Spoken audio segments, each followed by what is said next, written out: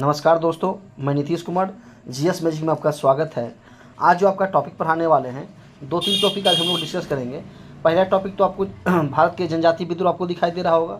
दूसरा है कि बिहार में जो कांग्रेस का स्थापना हुआ, लगभग 3 अधिवेशन हुए हैं, उसके बारे में हम लोग जो इंपॉर्टेंट क्वेश्चन बन सकते हैं वो हम बात करेंगे। और तीसरा टॉपिक है जो आपका मुजफ्फरपुर में बम कांड हुआ था खुदीराम बोस के संदर्भ में, वो प्रश्न हम जिक्र करेंगे। तो ये तीनों टॉपिक हम लोग बारी बारी से हम लोग देखेंगे। आज का जो पहला टॉपिक आपका है, भारत के प्रमुख जनजातीय विद्रोह है। ठीक है, जनजातीय विद्रोह में अगर बात करेंगे तो अंग्रेज़ों का जो प्रभाव पड़ रहा था भारत में, राजनीतिक में, आर्थिक व्यवस्था में और हस्तक्षेप मतलब धार्मिक में जो हस्तक्षेप कर रहे थे, इसके लिए जो जनजातीय लोग थे इसका विद्रोह करते हैं कि आप जो है इस क्षेत्र में हस्तक्षेप मत करो।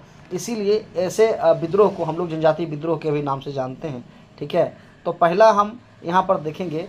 पहला आपसे प्रश्न पूछेगा कि पहाड़िया विद्रोह कब हुआ था। तो पहाड़िया विद्रोह हुआ है 1778 में। तब पूछेगा पहाड़िया विद्रोह कब हुआ था, क्या बताइएगा? 1778 में। और राजमहल, झारखंड का एक क्षेत्र पड़ता है राजमहल, और इसके थे राजमहल राजा जगन्नाथ इसका नेतृत्व करता थे।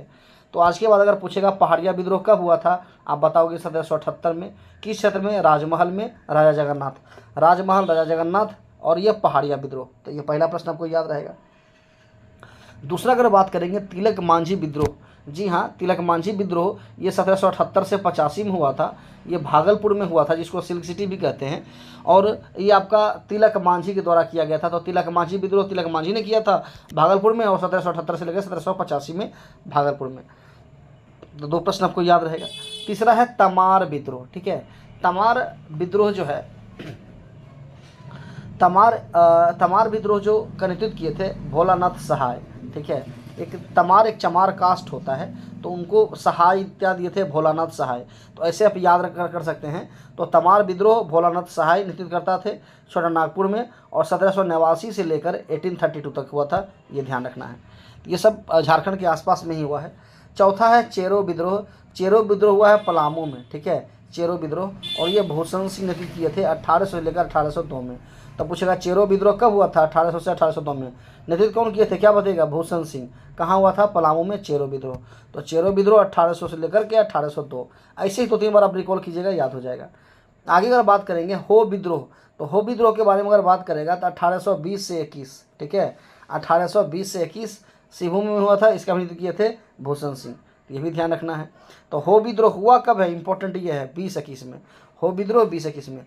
और सबसे इंपॉर्टेंट है ये कोल विद्रोह 1831-32 छोटा नागपुर के क्षेत्र में, और बुद्धो भगत। ठीक है, कोल विद्रोह कब हुआ? 1831-32 में। नेतृत्वकर्ता कौन है? तो बुद्धो भगत।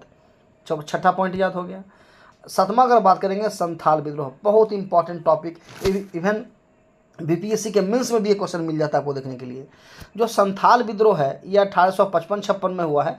1857 क्रांति से जस्ट पहले आप देख लीजिए संथाल विद्रोह 1855-56 में। एक संथाल परगना था झारखंड का, वहीं पर हुआ था। ये 4 भाई थे, सिद्धू, कान्हू, चांद, भैरव। ठीक है, अब ये संथाल विद्रोह में अगर देखेंगे तो भागलपुर से लेकर राजमहल पहाड़ी के बीच राजमहल तक के क्षेत्र को कहा जाता था दामन ए कोह। ये भी प्रश्न पूछा हुआ है कि दामन ए कोह क्या है, कहाँ से कहाँ तक के क्षेत्र कहा जाता है। तो भागलपुर से लेकर राजमहल तक के क्षेत्र को क्या कहा जाता है? दामन ए कोह। दामन ए कोह। नेतृत्वकर्ता कौन थे? 4 भाई, सिद्धू, कान्हू, चांद, भैरव। बहुत इंपॉर्टेंट प्रश्न। 1857 क्रांति से पहले संथाल विद्रोह 1855-56। आगे अगर जिक्र करेंगे सरदारी विद्रोह। सरदारी विद्रोह ये कब हुआ है? तो वही देख लीजिए 57 के आसपास में ही है, 1858 से लेकर 1895 तक। मुंडा विद्रोह 1895 से 1900। 1895 से 1900 याद रखना है। एक्चुअली जो बिरसा मुंडा है जो हैं 1895 में ही अपने आप को ईश्वर का दूत घोषित किए थे। तो पूछेगा मुंडा विद्रोह कब से कब तक? 1895 से लेकर 1900 तक। और ताना भगत है, तेरा ताना 1913 से लेकर 1914 तक। ये हुआ था गुमला में, झारखंड में एक जगह है गुमला, जगत भगत के द्वारा किया गया था। ताना भगत, तौ से ताना, तौ से तेरा, यहाँ देखिए तरा, जतरा भगत के द्वारा। ऐसे 2-3 बार पढ़िएगा तो हमेशा इसको याद रखिएगा, बहुत प्रश्न पूछा जाने वाला ये क्वेश्चन है। आगे बात करते हैं। देखिए अगर संथाल विद्रोह के बारे में बात करेगा तो आपको पता है 1855-56 के बीच हुआ। ठीक है, संथाल विद्रोह और मैंने बोला भी था कि दामन को किसे कहा जाता था, भागलपुर से लेकर राजमहल पहाड़ी क्षेत्र को कहा जाता था दामन को। तो दामन को आपको याद रहेगा, ठीक है। 1857 क्रांति से जस्ट पहले हुआ है, मतलब 1857 क्रांति से, ये संथाल वाला याद रखना है। इसी नेतृत्वकर्ता, ये अब मैंने पहले बता दिया था, सिद्धू कान्हू चार भैरव। इसमें जो है ना अंग्रेजों को दमन करने की तरफ, मतलब दमन करने के लिए संथाल विद्रोह को एक अंग्रेज अधिकारी नियुक्त किया गया था, मेजर बारो, ठीक है। तो मेजर बारो को संथालियों ने हत्या कर दिया था। तब पूछेगा संथाल विद्रोह के दौरान किस अंग्रेजी कमांडर की मृत्यु हो गया था, क्या बताएंगे, मेजर बारो। बहुत इंपॉर्टेंट प्रश्न है, इसको ध्यान रखिएगा, ठीक है। और उसके बाद जो है कैप्टन अलेक्जेंडर और लेफ्टिनेंट थॉमस को नियुक्त किया गया था इसको दमन करने के लिए संथाल विद्रोह को। और ये दमन करने में वो सक्सेसफुल भी हुए थे, मतलब संथाल विद्रोह को दबा दिया गया था, ठीक है। लेकिन इसका परिणाम ये रहा था कि कष्टकारी अधिनियम था। तो कष्टकारी अधिनियम का मतलब होता है जमींदार और जो उस पर जो खेती करते हैं उसके बीच में का एक नियम होता था, रूल रेगुलेशन होता था, उसी को कष्टकारी अधिनियम कहा जाता था। उस कष्टकारी अधिनियम में सुधार किया होगा अंग्रेजों ने, ठीक है। तो ये फ़ायदा हुआ संथाल विद्रोह का। तो ये प्रश्न आपसे याद रखना, मेजर बारो का नाम आप बिल्कुल ध्यान रखिएगा। आगे बात करेंगे बिरसा मुंडा के बारे में। बिरसा मुंडा के बारे में आपको डिटेल से भी बताएंगे, लेकिन संक्षेप में आप जान लीजिए कि बिरसा मुंडा का जन्म कब हुआ है, तो 15 नवंबर 1875 को, 15 नवंबर 1875 को याद रखना है। बिरसा मुंडा झारखंड से बिलोंग करते थे। और बिहार में जन्म होता है किसका, राजकुमार शुक्ला का, उनका भी जन्म होता है 1875 में, ठीक है। तो वो भी थोड़ा सा ध्यान रखिएगा। तो आगे हम बात कर रहे थे मुंडा विद्रोह के बारे में। तो मुंडा विद्रोह को उलगुलान विद्रोह भी कहा जाता है। पूछा किस विद्रोह को हम उलगुलान विद्रोह के नाम से जानते हैं, तो मुंडा विद्रोह। और इनके गुरु का नाम था, पता है क्या, आनंद पांडे। पूछेगा बिरसा मुंडा का गुरु का नाम क्या नाम था, तो आनंद पांडे, ये भी ध्यान रखना है। इनके बारे में और भी हम जिक्र करेंगे, ठीक है। इनका हालांकि हैजा से मृत्यु हो गया था, इसके बारे में और भी बात करेंगे, थोड़ा हम आगे बात करते हैं। आगे देखिए, हमने बोला था कि मुजफ्फरपुर में जो बम कांड हुआ था उसमें खुदीराम बोस ने जो बम फेंका था 30 अप्रैल 1908 को, एक जज थे उन पर, किंग्सफोर्ड थे, उन पर ये बम फेंकने का प्रयास किया गया था। तो ये बम कब फेंके थे, याद रखना है, 30 अप्रैल 1908 को। पहला प्रश्न ये, जो बम फेंके थे वो किंग्सफोर्ड को हत्या का प्रयास किए थे, एक जज थे, ठीक है। लेकिन उनकी मृत्यु नहीं हुई थी, उनकी बेटी और पत्नी की मृत्यु हो गया, कि हम जिक्र करेंगे। तो पूछेगा कि ये बम कब फेंका गया था, 30 अप्रैल 1908 को। किसने फेंका था, खुदीराम बोस और परफुल्ली चाकू। खुदी फूलता है, कौन साथ में था, परफुल्ली चाकू। और पता है क्या, जब बम फेंकने के बाद जब किंग्सफोर्ड की हत्या नहीं हुई, मृत्यु किनका हुआ था, उनकी पत्नी का नाम था प्रिंगले केनेडी, और उनकी पुत्री थी, ठीक है, मृत्यु हो गया था। तो कहने का मतलब जब मृत्यु हो गया तो ये जो है ना वहाँ से भाग निकले। अब भाग निकलने के बाद मतलब समस्तीपुर रेलवे लाइन से ये भाग निकले थे। और लास्टली परफुल्ली चाकू की जो है सुसाइड, मतलब आत्महत्या कर लिया था मोकामा स्टेशन पर। मोकामा स्टेशन, यही मोकामा है जहाँ पर रेलवे का वैगनार है। और मोकामा में दलहन अनुसंधान संस्थान बिहार में आपका मोकामा में ही है। और दूसरा पूछेगा सड़क अनुसंधान संस्थान कहाँ है, तो मोकामा में ही है, ये भी थोड़ा सा ध्यान रखिएगा। तो कहने का मतलब क्या है, यहाँ पर खुदीराम बोस का जो फांसी होता है आगे मिलेगा 11 अगस्त 1908 को हो जाता है। लेकिन परफुल्ली चाकू सुसाइड कहाँ किए थे, क्या बताइएगा, मोकामा में।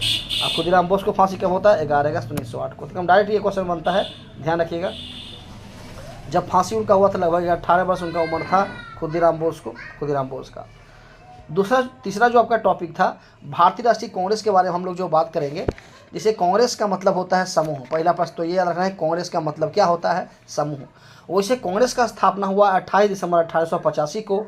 ये गोकुलदास तेजपाल संस्कृत विद्यालय में हुआ था।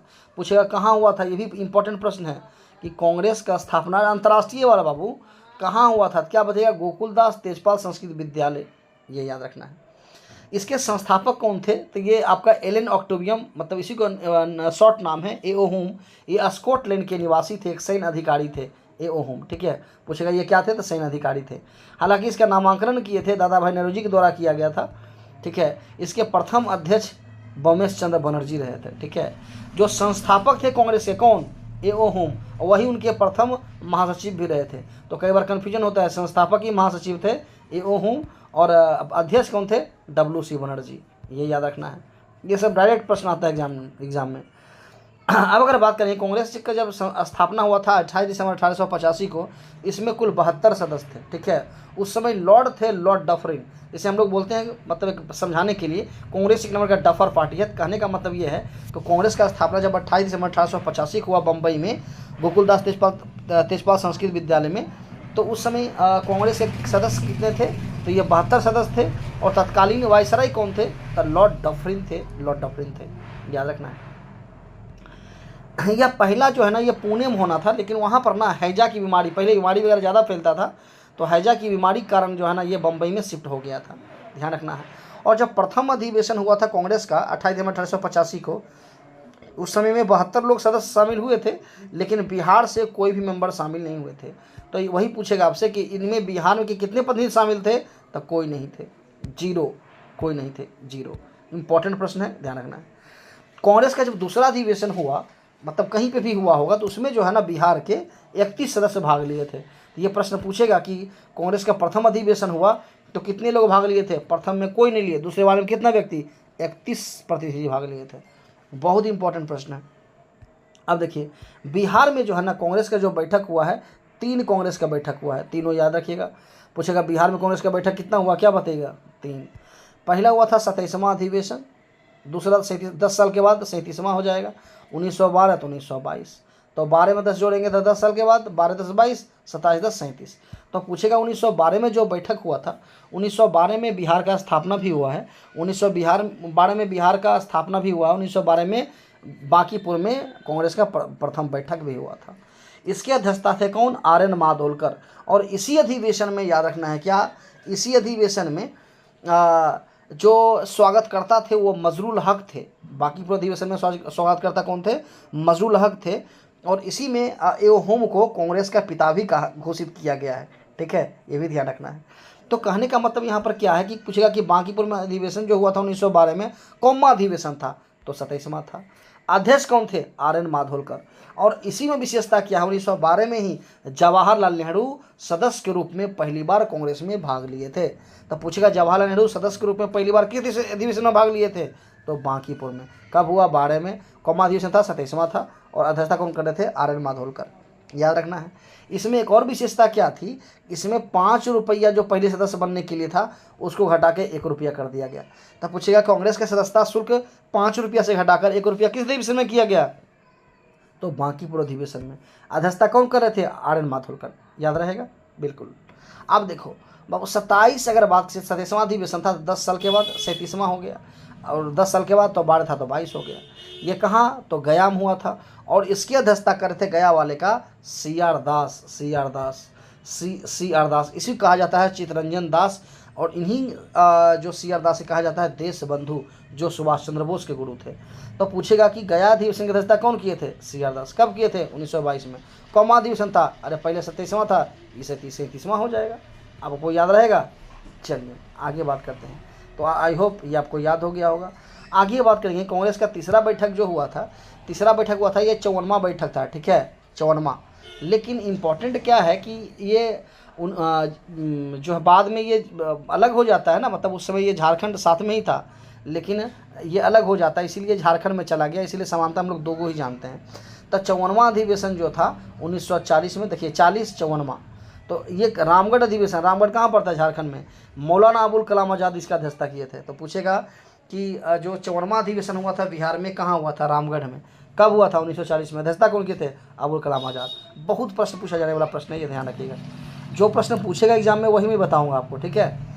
ये तो मैं पहले बता चुका हूँ कि बांकीपुर अधिवेशन का अध्यक्षता कौन किया था, RN माधोलकर ने किया था। महासचिव इस अधिवेशन में कौन थे, तो सच्चिदानंद सिन्हा थे। और यही सच्चिदानंद सिन्हा को आधुनिक बिहार का निर्माता भी माना जाता है, क्योंकि बिहार का स्थापना करवाने में सच्चिदानंद सिन्हा का मुख्य योगदान था। और ध्यान रखना है। अब स्वागतकर्ता में मैंने बोला था मजरुल हक थे, ये तो पहले मैं बता चुका हूँ। और इस बैठक में हमको कांग्रेस का पिता घोषित किया गया था, किस अधिवेशन में, बांकीपुर में। और मैं पहले बता चुका हूँ कि पहले सदस्यता शुल्क जो कांग्रेस का था 1 रुपया से कितना कर दिया गया, 5 रुपया, याद रहेगा, ध्यान रखिएगा। आगे देखिए गया अधिवेशन का CR दास किए थे, मैं पहले बता चुका हूँ। इसमें असहयोग आंदोलन जो आया था, चूँकि 1 अगस्त 1920 को असहयोग आंदोलन पारित हुआ था, उसमें जो है ना असहयोग आंदोलन पर एक मतभेद हो गया था। ठीक है, अब मतभेद हो जाने के कारण आपने पढ़ा होगा कि स्वराज पार्टी का गठन किया गया था। तो स्वराज पार्टी की स्थापना सी.आर. दास और मोतीलाल नेहरू ने किए थे। इसी में मतभेद होने के कारण स्वराज पार्टी की स्थापना इलाहाबाद में किया गया था। ठीक है, आगे बात करते हैं। रामगढ़ अधिवेशन में बता ही चुका हूँ, आगे देख लीजिए। ये सब तो हो गया। चलिए, यहाँ तक में कोई दिक्कत? आई होप यहाँ तक में आपको कोई दिक्कत नहीं होगा। धन्यवाद, थैंक यू।